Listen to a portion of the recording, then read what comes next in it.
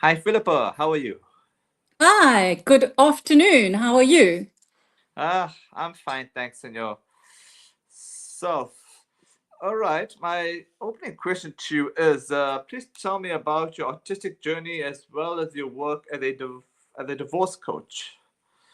Okay, with absolute pleasure. So the one began long, long ago, and the other one is more recent. So Mm-hmm. my art began when I was in school. In fact, looking through my old reports the other day from nursery school, I see that I spent all of my break in the art room, even though I didn't know how to do art. But there was obviously an attraction there. And then I had a series of teachers over the years from I don't know if your viewers have heard of these, but Sydney Goldblatt, Nina Campbell Quine, and latterly a woman by the name of Linda Ballon, who sort of mentored me fantastically. And then I decided, you know what, I'm not going to study art formally because, all the sort of things about it, well, it's difficult to make a living and blah, blah, blah, all that sort of thing. So I decided, let me do law, which I then went and studied. But I have to say, that I remember even when I was walking to court in town, I used to pass Herbert Evans, the old Herbert Evans art shop, and just want to go inside and buy the art material. So it's always been like a secondary thing with me that I've always wanted to do. And then the moment I stopped practicing law, I immediately went back into art making. I have had exhibitions in Johannesburg and in Sydney. And I've worked in oils, in acrylics. Mm-hmm. I've used resin. I've done a little bit of pop art. Some of my art is realistic, some of it is abstract. So I've really been quite all over the place and really loved every minute of it. And more recently, I have done some digital art, which is, I think, what caused you to pick up Mm-hmm. on the fact that I do this kind of thing. And I'll talk to you about that a little bit more later, a little bit more further on in our talk. With regard to my coaching journey, that only began in 2009 when I had stopped practicing law. I came across, I'll never forget, I was in a bookshop. I had been doing a lot of reading on spiritual things, and I came across a book called Spiritual Divorce, Divorce as a Catalyst for an Extraordinary Life. And it was written by a woman called Debbie Ford, who is a New York Times best-selling author, or who was, because she actually died in 2012, but this is now 2009. I read the book. I was just so impressed with it that I decided to find out if she did courses. I now had some time on my hands, having no longer practicing Mm-hmm. law. And I read this book and I just thought, oh my God, if I had had this when I practiced, I did a lot of divorces when I practiced law.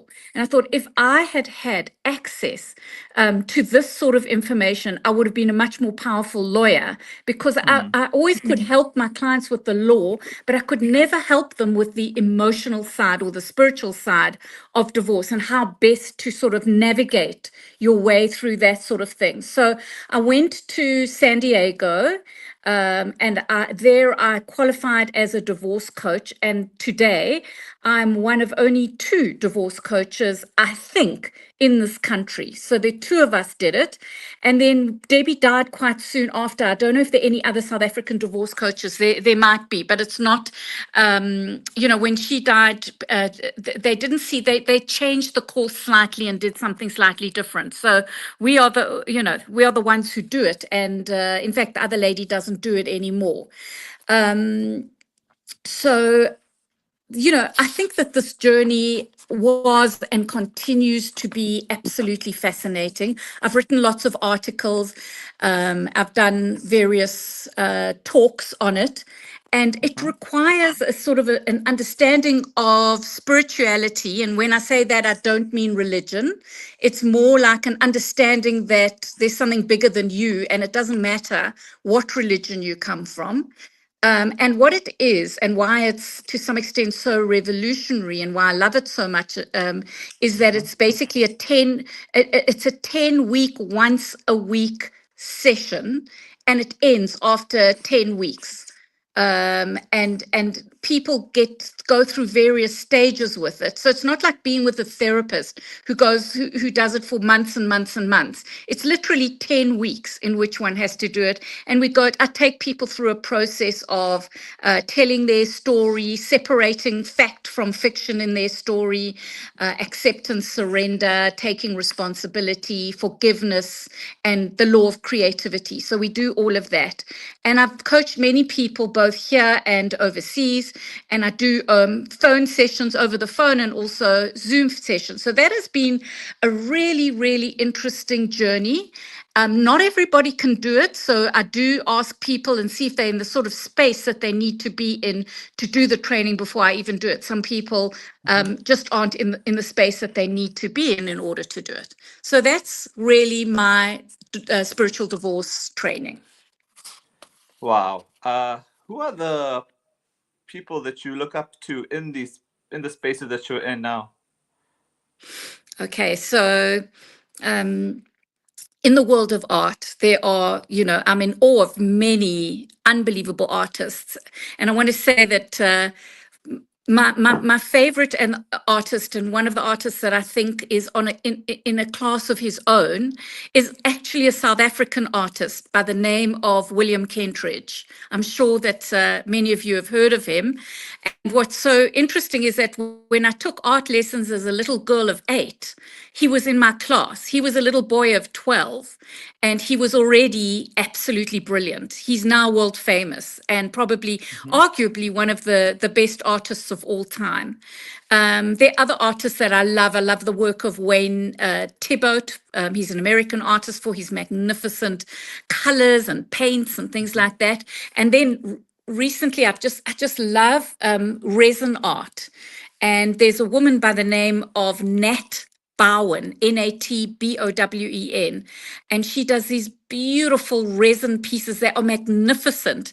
And I just thought I'd try something like that, but it turns out that she mixes gold dust in and diamond dust and God knows what, and there's no ways I would know where to get anything like that. So I'm whatever, but I still love resin. I love the use of resin. I bring my resin in from America. They have the most fantastic artists resin. It just makes whatever piece of art that I've done, it just pop out. It's just beautiful. In the world of coaching, I look up to Debbie Ford, who's the woman who created this, as well as who created the program that I work with, as well as Deepak Chopra. He's one of my absolute all-time favorites. So Debbie's sort of clarity and vision was very much shape-shifting for so many people. I mean, she influenced people in the thousands. And when she stood up on stage, you could hear a pin drop. She was absolutely brilliant. And she worked at it. So she was just unbelievable. She would look at somebody who did something really well and decide, okay, I want that quality, and work on it and become that. So she was always growing, and she was a New York Times best-selling author. And she wrote, I think in the end, her last book was her 9th book on courage. When she was dying of cancer, she actually wrote a book on courage. And by the way, Spiritual Divorce, she wrote when she was going through a divorce. So it's very personal, and it's very, very helpful. So if anybody would like to go and get that book, I would recommend that you order it. I don't know how many are in the shops, depending on where you are, but you can certainly order it on Amazon. It's called Spiritual Divorce. Divorce is a Catalyst for an Extraordinary Life by Debbie Ford. The other person who really influences me in the space is a man by the name of Dr. Joe Dispenza. And what he does is, he just does so much, but he basically, the results that he gets are unbelievable in healing people from whatever the issue is that they may be dealing with. So he shows you how to work with your thoughts, your habits, and your emotions and the emotions that stand in the way of your success.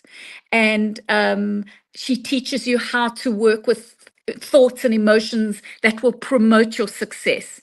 he's like absolutely brilliant, like on another level. And he's a great inspiration to me as well. So those are just a few. I mean, honestly, there are so many brilliant people in the space. But yeah, so that's that. What have been your highlights thus far? Okay, so in art, there have been two things that have been my highlights. The first was, so I do normal art as well. So as I said, so I do painting and drawing and all of that sort of thing. But there was a performance piece that I did in 2005 that was really a highlight, where I went into an informal settlement and I covered somebody's shack in wedding Mm-hmm. cake icing sugar. You know that beautiful smooth white icing sugar that they use on wedding cakes. So not the butter icing, but that Mm-hmm. one. And I had a whole lot of bakers actually donate their time to this piece, and we iced a whole shack. And it was Wow. really, yeah, and it was so fascinating because as the process went along, I started to realize what the meaning was. I didn't quite have the meaning when I started it, but then it sort of like started to transpire what it was about.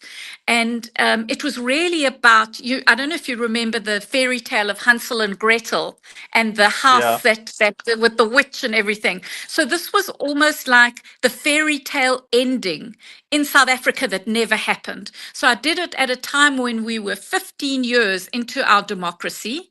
And it was a comment on how this fairy tale ending it was not there for so many South Africans still living in sort of grinding poverty in shacks.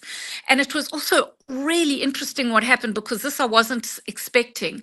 I iced this shack, and then the children of the village who lived in this informal village, it was called Ritfontein, I think it's actually still there. The Mm-hmm. children of the village went, as soon as I was gone, like the next day, they went and they scraped the icing sugar off the shack because they didn't Mm-hmm. have, they used it as sweets. And it was Mm-hmm. almost like a situation where art met um, art met reality, I guess. So, and then, various things came from that and an exhibition and all sorts of things, but that was really fantastic. And then the second highlight has been this digital video that I just did. Mm-hmm. So, what happened with that?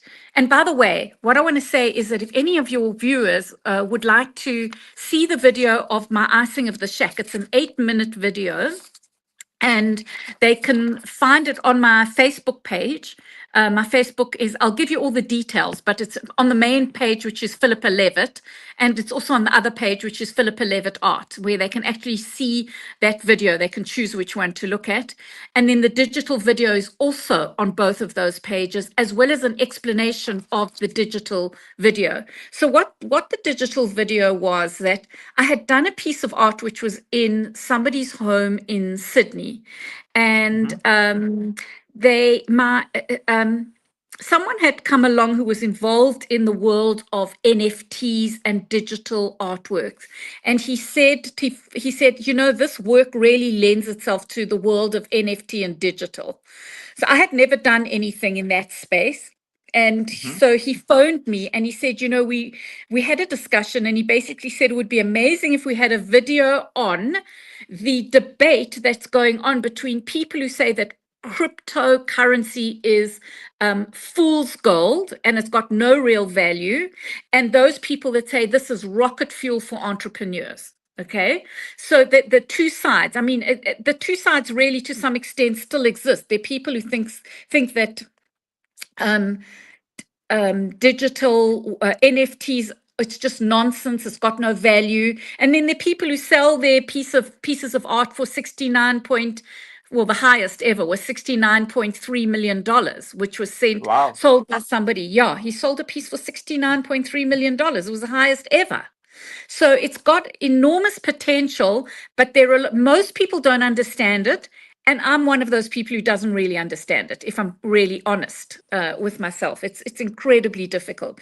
So anyhow, I thought, okay, let me see how I can make this video because I don't do videos. I'm an artist.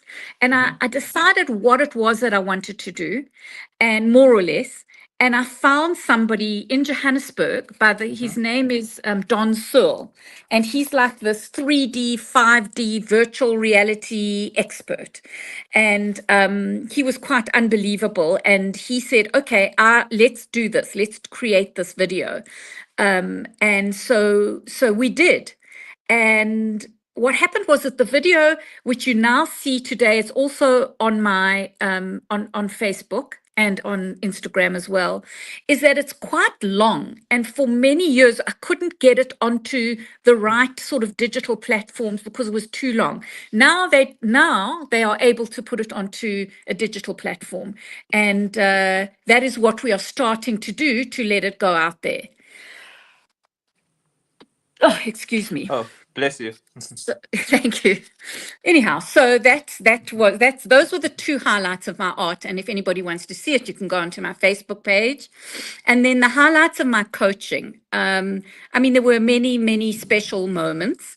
And the one that I recall that comes to mind is I was actually doing a group training of spiritual divorce in the offices of an attorney. So she felt that her clients were not getting any emotional support.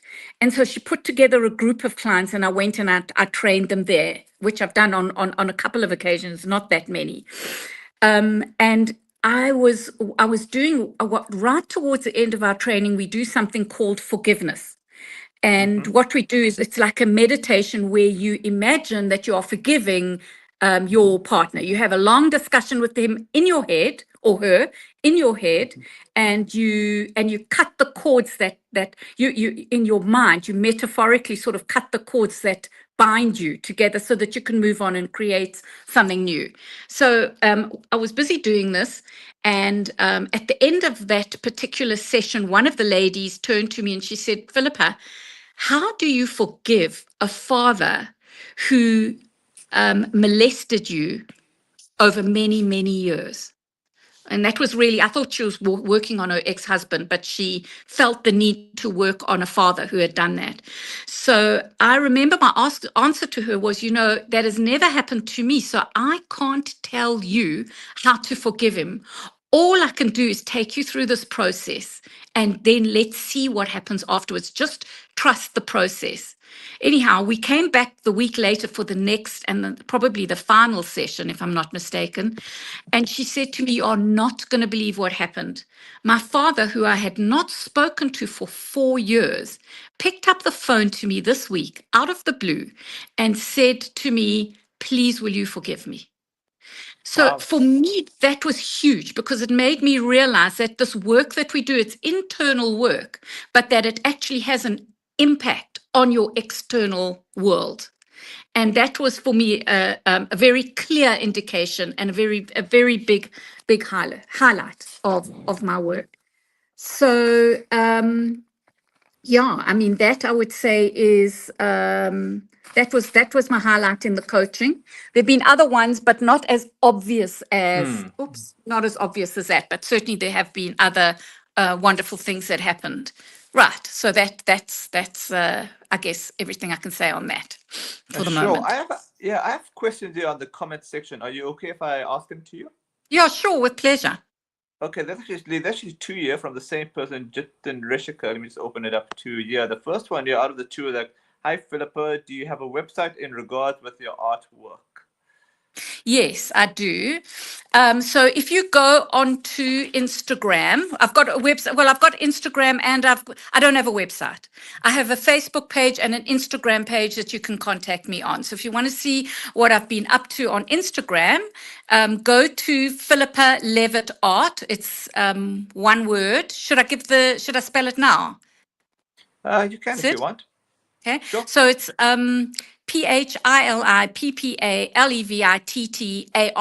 one word. That's my Instagram account. You'll see a lot of my art there, as well as what I was discussing. And then my other Instagram account, no, then the other thing is go onto my Facebook account, Philippa Levitt. But no, I don't actually have a website for that. Okay.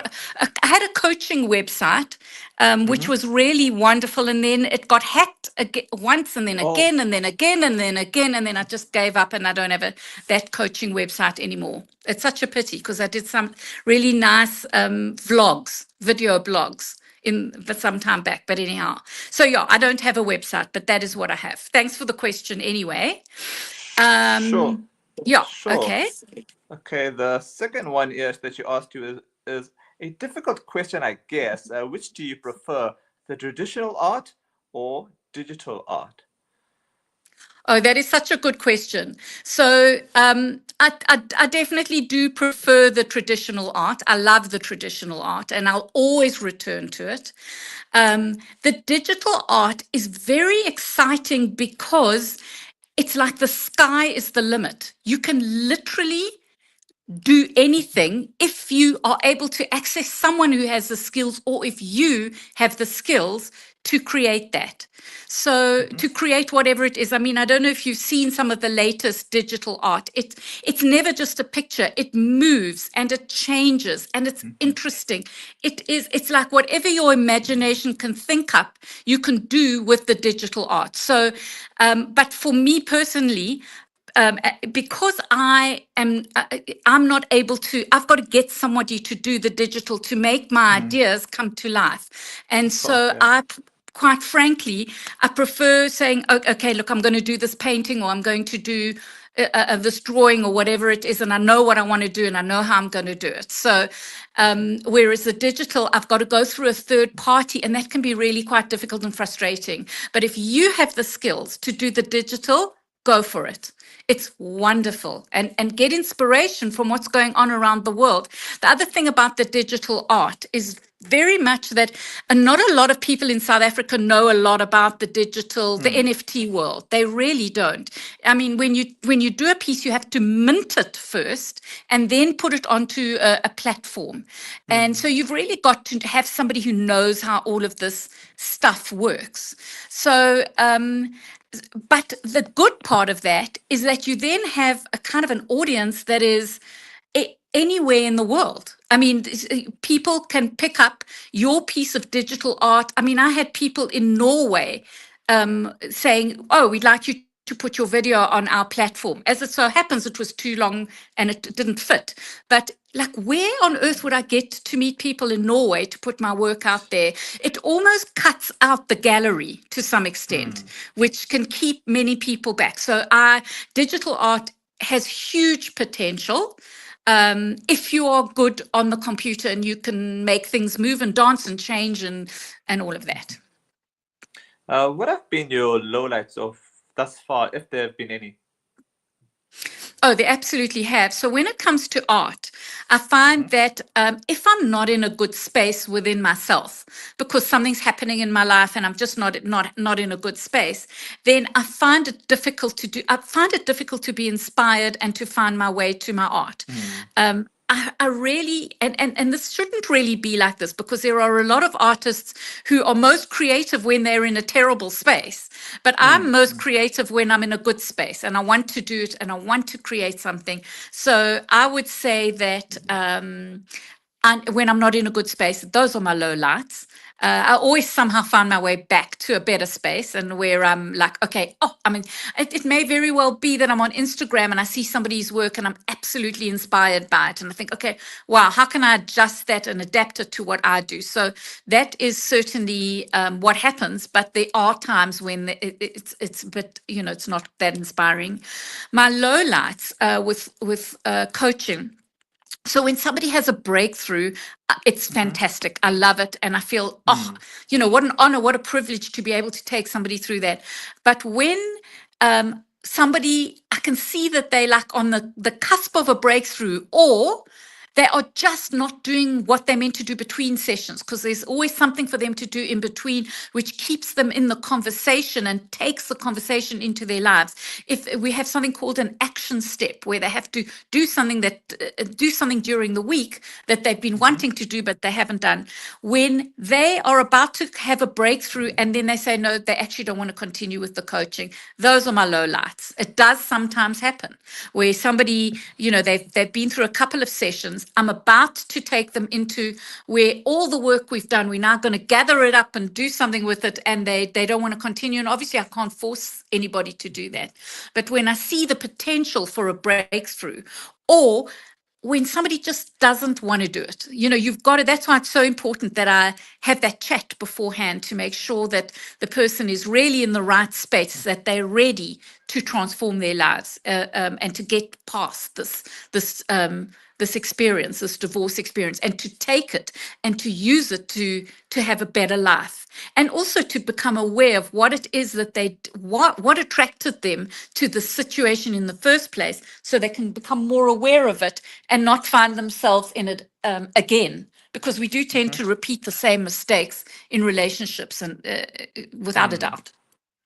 So, what are your plans for the rest of this year and beyond? So really, I want to. There's a possibility that I've got an exhibition next year overseas. I've been Nice. really in negotiations ongoing about that. I can't really Mm-hmm. disclose anything about it yet. I'm hoping. I don't want to give it a jinx it, but I'm Of hoping that course. that Yeah. is something that will happen. And then just to continue with everything that I have been doing. I also do a little bit of training, corporate training in things. This is like what's left over from my law, in things like gender-based violence and all those sort of things. We what sexual harassment is and what racism is in the workplace and all of those sort of things. I've done a fair amount of that training. I haven't been training for about 2 years, but it looks like it's going to start up again. So those are really the things that I'm going to be doing. But the thing about my art is that, and this is what I really want to convey to anybody who's thinking of going into it, is that it is always there for me. I can go and train the whole day, but when I come home, if I want to, I can do art, or I can do it on the weekends, or I can fit it in. And the thing about it is, you can do it up until any age. You don't have to. You don't have to wait. I mean, you can be 106 and still be doing art. It never becomes too late to do it in my, unless you go blind or God forbid something like that. Mm-hmm. Art is there forever. It is forever interesting, Mm-hmm. forever unfolding. And when people look at your work, they're not looking at who you are, how old you are. They are looking at that piece of work which they want to own. So it's a way to keep going forever. Really, it's just wonderful. Okay, so my final question to you is, what are your words of inspiration for people that are interested in the spaces that you are in? Of course. So I came across a woman who did a TED talk by the name of Amy McNee some time ago. And I was just she's a writer. And I was just so impressed with Mm-hmm. what she said, because it's so true. And if you've been in the creative space for a while, you'll kind of know this.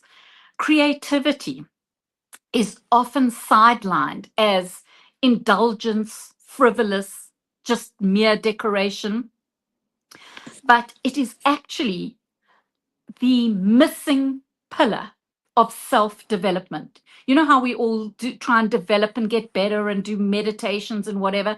She said creativity is what is needed. It is a self-development journey, actually. So in a world where phones and social media steal so much of our time, where we always consuming news and social media and always whatever, art becomes really almost a rebellious act, because you're not doing what the rest of the crowd are doing. You're creating instead of consuming.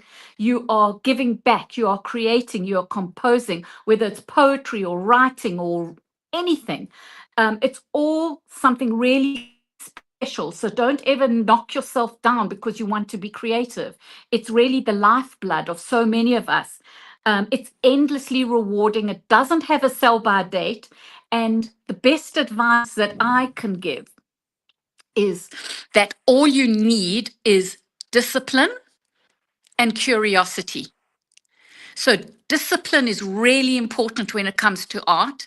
And I don't always follow my own advice here. But if you make it like, I notice that the top artists, they go to their studio every day and they create art, whether they feel like it on that day or not. That discipline is what takes you from being a mediocre artist to being a superb artist. There's not even a question. And then curiosity about the world, about people, that will always stand you in good stead. So those are the words that I'd like to, I hope, will leave you guys inspired. All I gotta say is thanks so much for your time, and hopefully the first of many. Fantastic. Thank you so much for your time too, and for approaching me. It's been really interesting. Thank you so much. Thank you. Okay, take care.